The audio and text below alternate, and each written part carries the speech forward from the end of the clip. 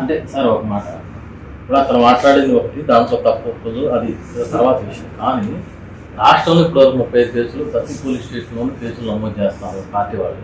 రాజకీయ పరమైనటువంటి మైలేజ్ కోసం ఈ పని మాత్రం చేయడం లేదు. 100% ఈ రకమైనటువంటి విధానానికి ఎక్కడో చోట ఫుల్ స్టాప్ పడాలి.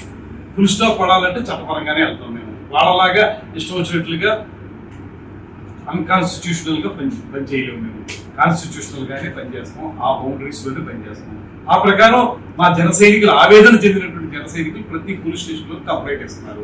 కంప్లైంట్ ఇచ్చినప్పుడు న్యాచురల్ గా దానికి సంబంధించిన చట్ట ప్రకారం ఏదుందో దాన్ని చేస్తున్నారు.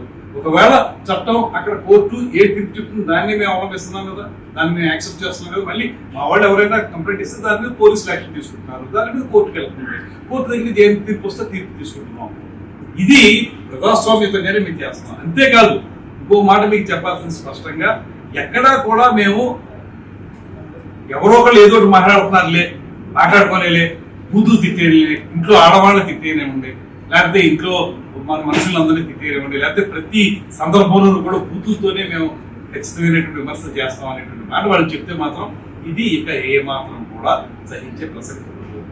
దాంతోపాటు ఘర్షణలు తీసుకొచ్చేటువంటి వాతావరణం, ఇవాళ ఎక్కడో వచ్చేసి ఏలూరులో వచ్చి ఒక డయాస్ మీద నోటుకొచ్చి మాట్లాడేస్తే ఇలా చూసుకుంటూ వెళ్ళిపోతే రానులో ఏమైపోతుంది, ఇదే సంస్కృతి కంటే అయిపోతుంది.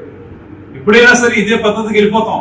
ఇంక అందరూ ఇదే అలవాటు చేసుకుంటారు, భావితరాలు కూడా ఇదే అలవాటు చేసుకుంటారు.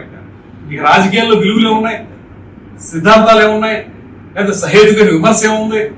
ఏనాడు కూడా భాష మంచిగా వాడాలనేటువంటిది ఏనాడు వాళ్ళలో లేదు.